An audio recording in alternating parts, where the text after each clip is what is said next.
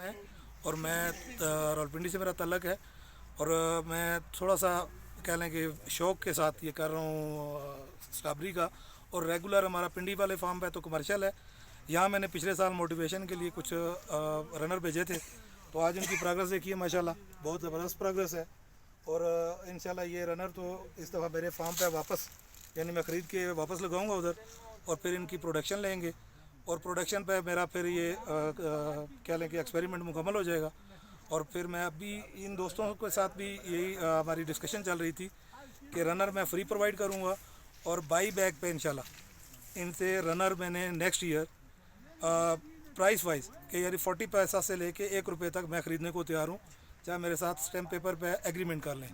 तो ये सिर्फ मोटिवेशनल डिस्कशन थी और ये मोटिवेशनल आप कह लें कि हम उसमें खड़े हैं, एक छोटी सी कैरी है तो इसमें 4-5 हज़ार इस वक्त प्लांट्स लगे हुए हैं और ये सिर्फ पिछले साल कोई 2000 प्लांट भेजा था। तो इस दफ़ा तो इस पर माशाल्लाह बहुत अच्छी ग्रोथ है, आपका स्टेटअप बहुत अच्छा है, मौसम बहुत अच्छा है यहाँ का।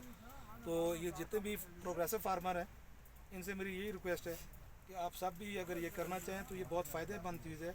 इसको कम से कम 5 से 10 दिन तक हम इसी हालत में सर्दी में पिंडी पहुँचा सकते हैं, ये ख़राब नहीं हो सकता। तनवीर साहब, एक कनाल में कितने नर्सरी के स्ट्रॉबेरी के पौधे प्रोड्यूस होंगे?